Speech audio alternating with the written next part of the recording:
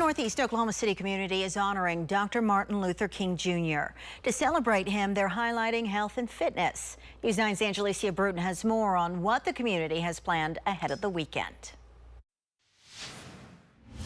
A local fitness studio hosted a 5K run ahead of Martin Luther King Jr. Day. They say this was an opportunity to highlight the historic Black community and show runners what the community has to offer. Let's go, let's go, let's go! Runners taking to the streets of Northeast OKC. Emmanuel Sosanye says King walked so he could run. Running a lit path through the neighborhood and had the community have their porch lights on to kind of have the theme of running a lit path that Martin Luther King and others like him have set for us, and kind of taking on that torch and leading the way.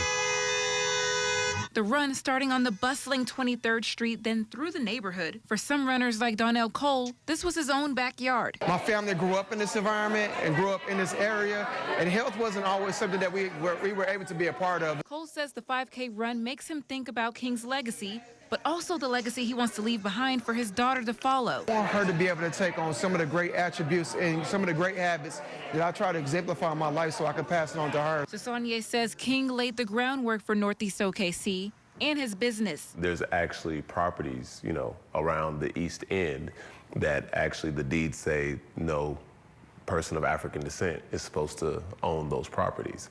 And now you have, people like that look like us, buying up the properties on the east side. But not just us, other people are coming in and seeing the value. I really like that there's all these businesses over here that it gives you a chance to kind of stop and check out and hang out with your friends before and after the race too. While we were here. The studio says this is their first run to pay homage to Martin Luther King Jr. They say they plan to make this an annual event in his honor. In Oklahoma City, Angelicia Bruton, Oklahoma's Own, News 9.